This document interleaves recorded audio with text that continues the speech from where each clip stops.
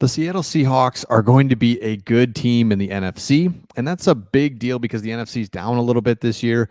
So they made a move that nobody's talking about that just kind of went under the radar, and it's huge for the franchise, for the offense, for Geno Smith, the whole thing. So I'm going to show you something that's pretty cool if you're a Seattle Seahawks fan. If you're new to the channel, we make videos for teams that don't get covered by the national media like they should. Seattle's a team kind of ever since Russell Wilson moved on.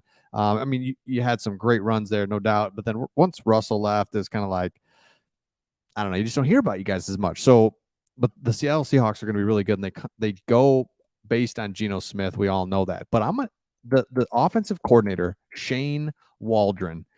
Nobody's talking about this guy. I think he deserves a ton of credit for what he's been able to do in Seattle. So he comes here in 2021.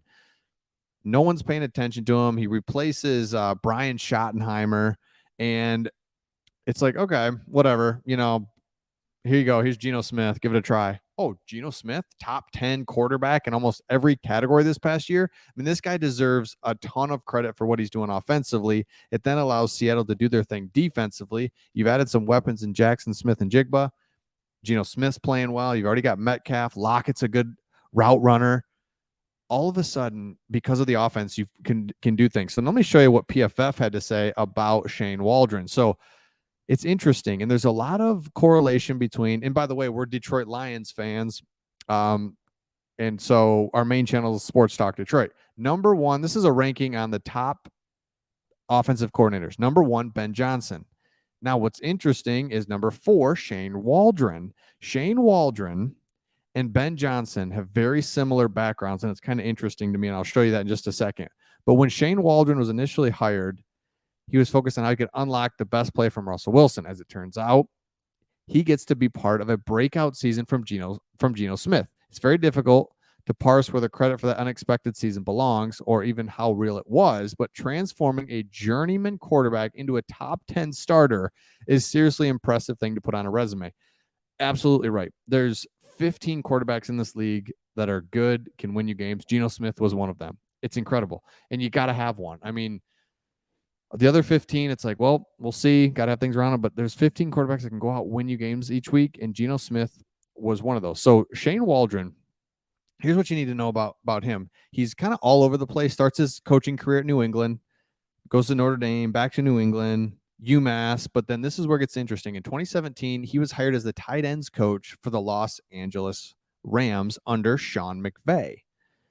Waldron was named passing game coordinator after LaFleur became offensive coordinator. Obviously, Matt LaFleur with the Green Bay Packers. Was with the Tennessee Titans, and now he's with the Packers. Head coach Sean McVay promoted offensive line. Okay, so he was your tight ends coach, and then he goes to passing game coordinator. Same thing happened to Ben Johnson. Ben Johnson was tight ends coach, passing game coordinator. Took him a minute. Last year explodes. Same thing. Same thing for Shane Waldron. Okay. Under Sean McVay, under really good coaches. So he's able to see things. And the exciting thing, if you are a Seattle Seahawks fan, is you've got kind of the second full year of Shane Waldron and Geno Smith. Got to be better. I don't see a big fall off. I mean, even if it's the same, then the Seattle Seahawks are in a great place. So quietly hire Shane Waldron, this tight ends coach nobody's ever heard of. He's from the Rams.